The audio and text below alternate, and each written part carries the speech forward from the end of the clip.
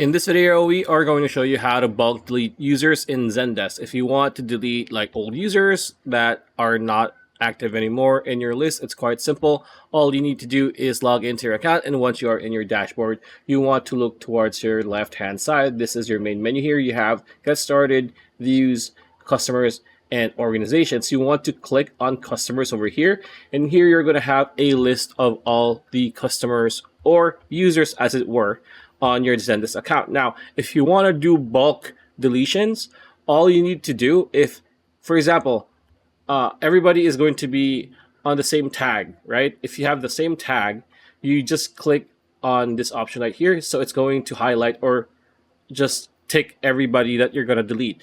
But if you don't have tags and you have a list, maybe you're in a notepad, and you just click whoever you want manually one by one, it's still a way to pretty much bulk delete everybody that you want removed on your list. So pretty much it. That's a video. I hope you liked it. Like, comment, share, subscribe, ring that bell icon. We'll see you on the next video.